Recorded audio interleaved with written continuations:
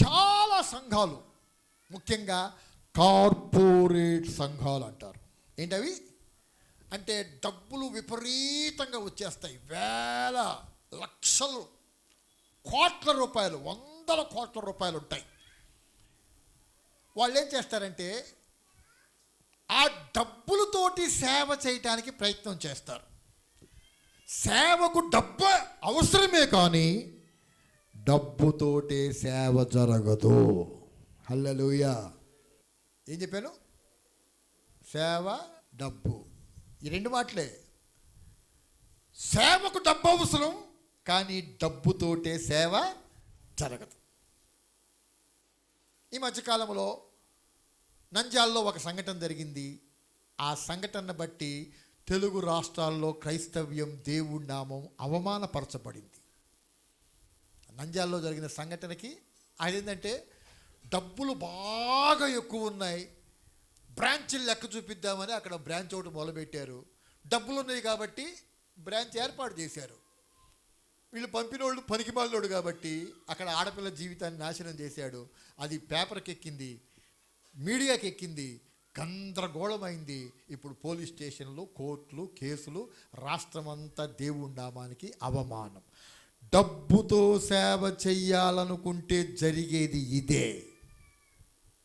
అలాగని చెప్పి సేవకు డబ్బు అవసరం, ఎంతవరకు అవసరమో అంతవరకే డబ్బు. యేసు ప్రభు ఒక మాట అన్నాడు, మత్తయి సువార్తలో ఉంటుంది ఈ మాట, లూకా సువార్తలో కూడా ఉంటుంది. మీరు దేవుణ్ణి సైతాన్ని ఒకేసారి పూజింపలేరు, ఒకేసారి సేవించలేరు అని చెప్పాల్సిన దగ్గర, సైతాను అని పెట్టాల్సిన దగ్గర దేవుడు డబ్బును పెట్టాడు. మీరు దేవుణ్ణి, ధనాన్ని ఒకేసారి సేవించలేరు. ఒకళ్ళని సేవిస్తారు, ఒకళ్ళని ద్వేషిస్తారు, ఒకళ్ళని విడిచిపెడతారు. పైకి మాత్రం భక్తిగా ఉన్నట్టే కనపడతారు కానీ హృదయములో ఒక్కళ్ళకే స్థానం ఉంటుంది. మత్తయి సువార్త 16వ అధ్యాయం 13వ వచనం. ఏ సేవకుడు ఇద్దరు యజమానులను సేవించలేడు. వాడు ఒకరిని ద్వేషించి ఒకరిని ప్రేమిస్తాడు, లేక ఒకరిని అనుసరించి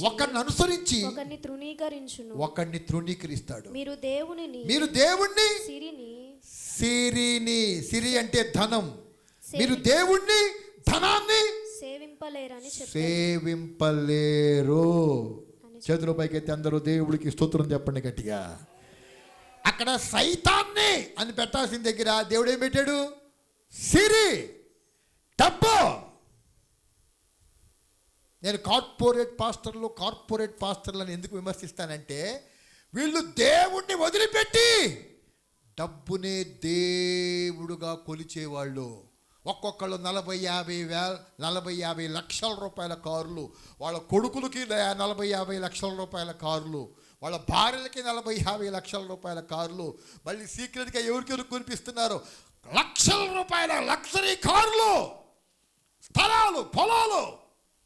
పైకి మాత్రం ఇవన్నీ దేవుడిచ్చాడు అంటాడు. ఒకటిదే, దేవుడిచ్చినవి కాదు, సైతానిచ్చినవి. చాలా స్పష్టంగా యేసుప్రభు అంటున్నాడు, మీరు దేవుణ్ణి, ధనాన్ని సేవించలేరు. ఒకళ్ళని తృణీకరిస్తారు, ఒకళ్ళని సేవిస్తారంటే. నా బైబిల్లో కాదు, మీ బైబిల్లో కూడా ఉంటుంది. ఈ మాట దగ్గర పెద్ద గీత పెట్టుకోండి. ఈ పెద్ద పాస్టర్లందరూ డబ్బుకు దాసోహం అయిపోయారు, ధనానికి దాసోహం అయిపోయారు.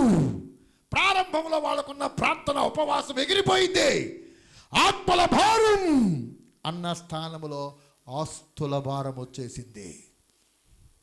అందుకే డబ్బుతో సేవ చేద్దామని ప్రయత్నం చేసి ఇలా ఫెయిల్ అయిపోయి వాళ్ళకే కాదు క్రైస్తవ్యం అంతటికి తలవంపులు, అవమానాలు తెచ్చి పెడుతున్నారు.